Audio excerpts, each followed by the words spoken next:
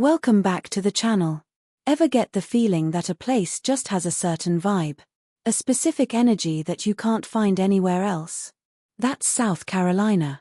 And if you really want to understand that magic, you have to look at it through the lens of a summer evening where the heat of the day gives way to something sweeter, where the cicadas are humming, and the promise of a good time hangs in the air as thick as the humidity. It's in that space that you find a particular trio of Southern delights: South Carolina girls, the local bars, and a philosophy of deeply enjoyed life. First, you have to set the scene. We're not just talking about any bars. We're talking about the gritty, neon-lit dive bars tucked away in the backstreets of Columbia, smelling of decades of beer and memories. We're talking about the sprawling, sandy-floored oyster sheds on the Shem Creek Marsh, where the tables are picnic-style and the music competes with the lapping water. We're talking about the rooftop spots in Charleston with their string lights and view of church steeples, and the cavernous live music venues in Greenville at the foot of the mountains. Each one is a character in this story. And then, there are the people who bring these places to life. Let's talk about South Carolina girls. This isn't a stereotype, it's an atmosphere. It's the girl in the Clemson sweatshirt and cut-off jeans debating the best shrimp and grits in the county with the bartender. It's the one in the sundress and cowboy boots on a downtown patio, laughing with a confidence that's as warm as the Carolina sun. There's a unique blend here steeped in traditional Southern grace, but with a fierce, independent fire that comes from knowing exactly who they are and where they are from. The energy they bring isn't about being out on the town in a generic sense. It's an inclusive, welcoming command of the space. They'll pull a stranger into their circle for a round of cornhole, defend their opinion on Gamecock football with playful intensity, and know every word to the Hootie and the Blowfish song the cover band is playing. They carry the ease of someone who grew up with front porches and sweet tea, but their conversations are just as likely to be about starting a business or planning a kayaking trip as they are about family recipes. This leads us to the third, and most crucial element: the enjoyed life. In South Carolina, enjoyment isn't a passive activity. It's a verb you practice. It's the deliberate choice to slow down. It's ordering another sweet tea vodka because the story your friend is telling is too good to leave. It's feeling the bass of the blues band in your chest and not caring that you're a little off rhythm. It's the collective groan turned cheer when a sudden summer downpour soaks the patio, forcing everyone to crowd together under the awning, creating instant camaraderie. In these bars, you witness a kind of social symphony.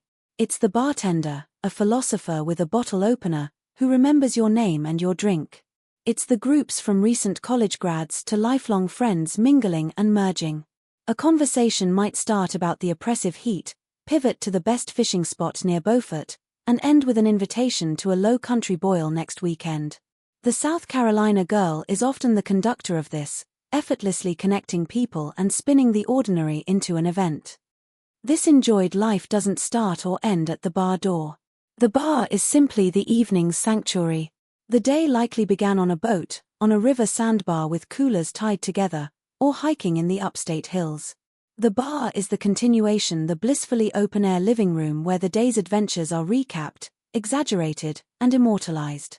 It's where sandy feet in flip-flops tap under the table, and a sunburn from a day on Lake Murray is worn like a badge of honor. There's an unspoken code in these places. It's about respect for the staff, for the music, for each other's good time. The drama is minimal, the focus is maximal on the moment. You'll see it in the way someone saves a seat, buys a round for the table next to them because they loved their laugh, or helps a tipsy friend to their Uber with a firm, sisterly care. It's a community built for one night, but with the familiar feel of something that's lasted generations. So, what's the takeaway from a night like this? It's not just a blur of drinks and music. It's the feeling you drive home with. It's the smell of salt marsh and fried food clinging to your clothes. It's the new number in your phone from people you just met but already have inside jokes with. It's the hoarseness in your voice from singing too loud.